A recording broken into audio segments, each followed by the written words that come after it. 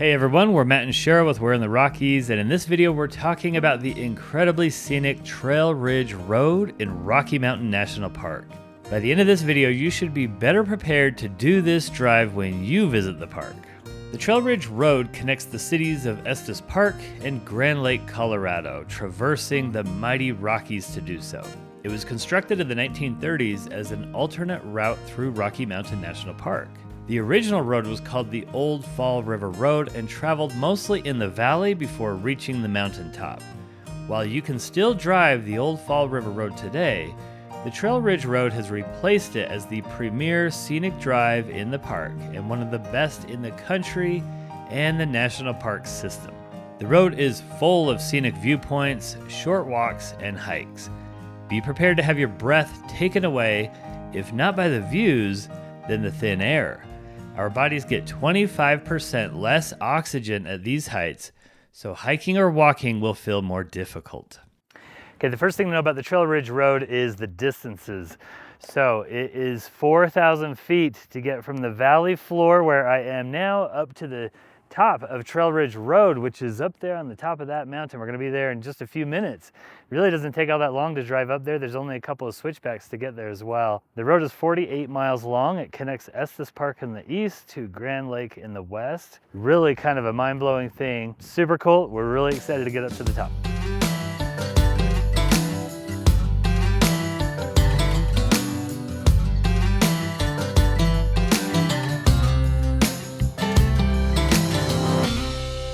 I'm standing here on Rainbow Curve with these just immense viewpoints. It is so beautiful. And I bet you notice that I'm wearing a sweater. Up here at Rainbow Curve, it's a little over 10,000 feet elevation, which is 3,000 feet elevation higher than Estes Park where we're staying. And we're actually going to reach the heights of 12,000 feet when we get to the top of the Trail Ridge Road. And for every foot or every 1,000 feet of elevation you gain, the temperature drops 3 to 5 degrees. So we're looking at a 20 to 30 degree temperature change just from the bottom to the top.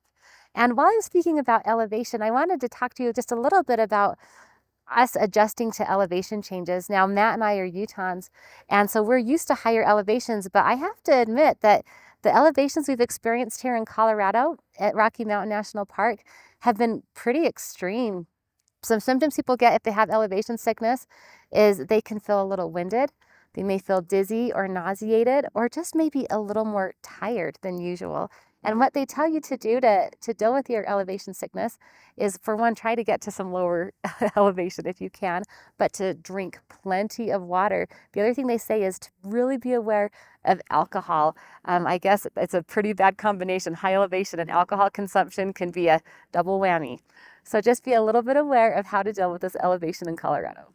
All right, let's talk a little bit about safety here. So you need to know that there are no guardrails or very few guardrails along the Trail Ridge Road. You might be able to see the road behind me here on that slope, and no guardrails. And I remember the first time I drove this road, I was a little almost kind of freaked out because many sections are not a sheer drop. You can see that that's kind of a gradual drop. And what's deceiving about it is with a very small shoulder and a very small drop to the mountain there, if you went off, it doesn't look that dangerous, but if you went off, you would just start tumbling down all the way down that hill to your doom. But there have been very few deaths on that road. The last death happened in 1995. So it is a safe road, and there really aren't a ton of just sheer drops, but you know, people tend to get really careful on a road like this. Now, some people have wondered why there aren't guardrails, but obviously it would kind of ruin the experience, I think, to a degree. And they actually think that it might be more dangerous in some cases if you had guardrails. So no guardrails, need to be aware.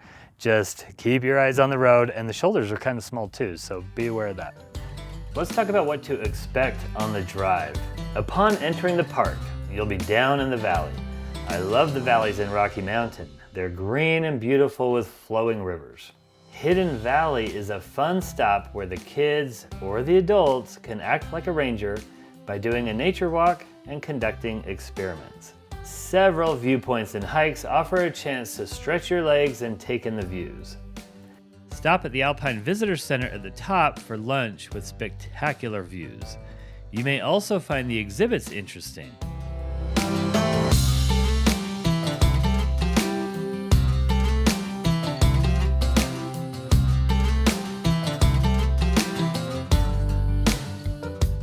I've never heard of an animal hibernating this long. These marmots hibernate 7 or 8 months a year.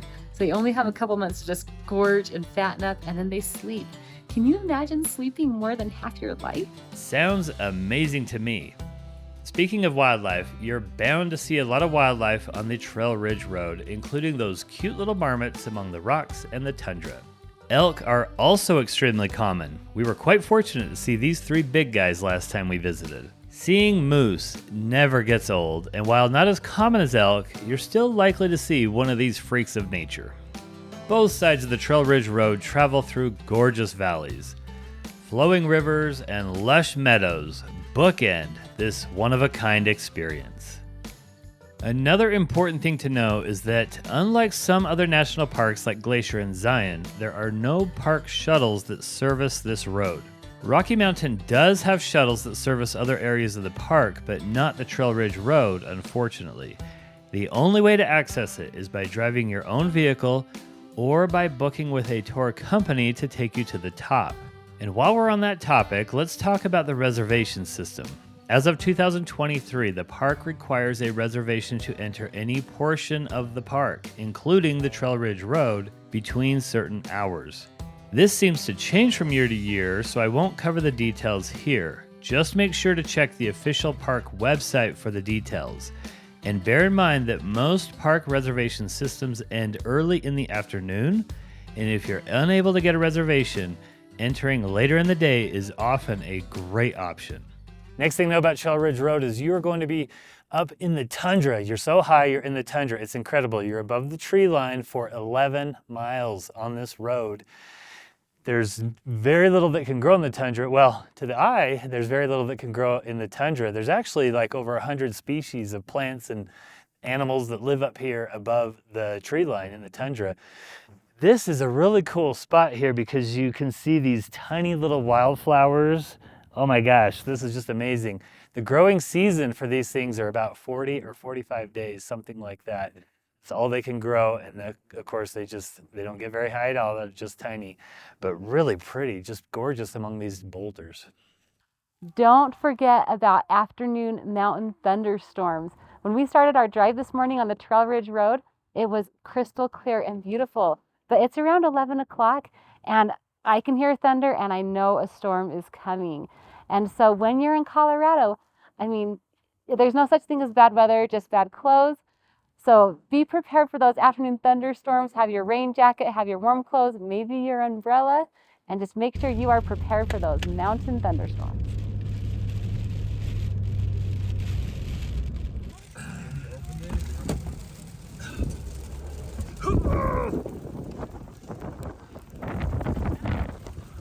Oh, baby.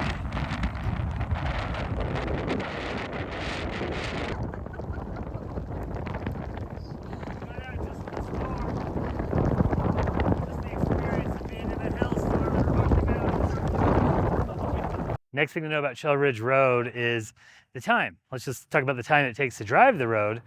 Probably about 2 hours, give or take a bit, to go from the east side of Estes Park all the way over to Grand Lake. Behind me here is the Never Summer Mountains, and Grand Lake is just down at the end of the road here. We'll be there in a moment. But probably about 2 hours just to drive over to Grand Lake, and then another 2 hours to drive all the way back to Estes Park. That's not counting stops, of course.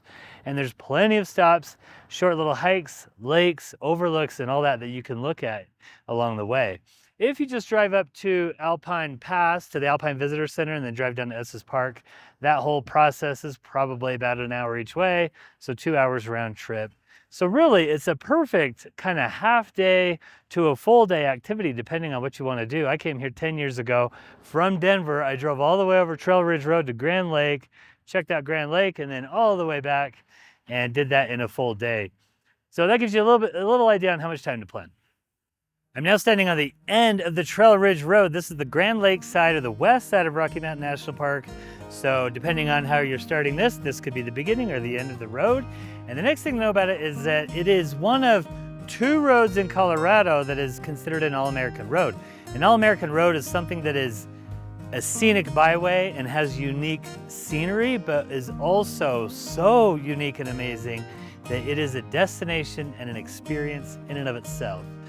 The Trail Ridge Road is not the highest road in Colorado. There are a few others that are over 14,000 feet above sea level. The Trail Ridge Road gets up to over 12,000 feet above sea level, but it is probably the best experience, or one of the best experiences in Colorado that you really have to do.